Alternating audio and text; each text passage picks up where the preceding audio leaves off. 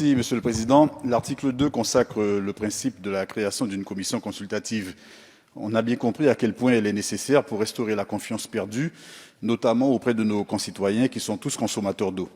Je voudrais donc profiter de cette belle opportunité pour rappeler à quel point nos territoires sont par moments fragiles alors que ce ne sont pas les potentiels qui nous font défaut, notamment pour la ressource en eau dont on connaît l'abondance dans certains territoires. Non, Monsieur le Ministre, nos territoires souffrent plutôt d'un déficit d'écoute.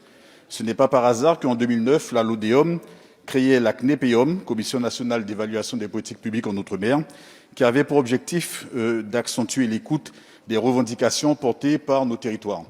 Or, il se trouve que cette commission consultative, dont le rôle d'observatoire était reconnu de tous, a été purement et simplement supprimée par la récente loi ASAP.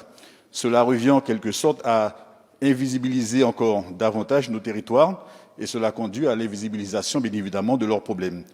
Au moment même où nous réclamons une attention particulière dans le but d'améliorer la qualité de la relation entre le gouvernement et les Outre-mer, je vous invite, Monsieur le Ministre, à ne pas considérer le problème d'accès à l'eau potable comme étant une situation isolée. La question de la privation d'eau pour 20% des habitants de Guyane, la question du mercure dans nos rivières, la problématique de l'empoisonnement au chlordécone en Martinique et en Guadeloupe et peut-être aussi en Guyane demeurent des sujets majeurs qu'il faudra traiter en toute transparence et en y mettant les moyens nécessaires compte tenu qu'elles relèvent en grande partie d'une responsabilité d'État.